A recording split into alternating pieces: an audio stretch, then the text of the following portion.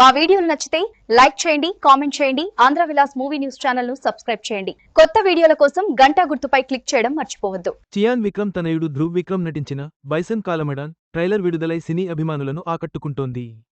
Hit చిత్రాల దర్శకుడు మారి సెల్వరాజ్ తెరకెక్కించిన ఈ చిత్రం ఫుట్బాల్ క్రీడా నేపథ్యంలో సాగుతుంది. దీపావళి సందర్భంగా అక్టోబర్ 17న విడుదల కానుంది.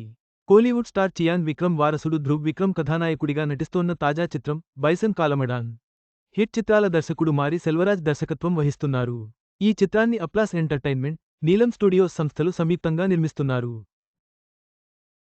ధైర్యం, సాహసం కలిగిన ఒక యువ క్రీడాకారుడి అందమైన కథాచిత్రంగా తెరకెక్కిస్తున్నారు. ఇందులో నటుడు ధ్రువ్ విక్రమ్ వైవిధ్య భరిత కథాపాత్రలో నటించారు.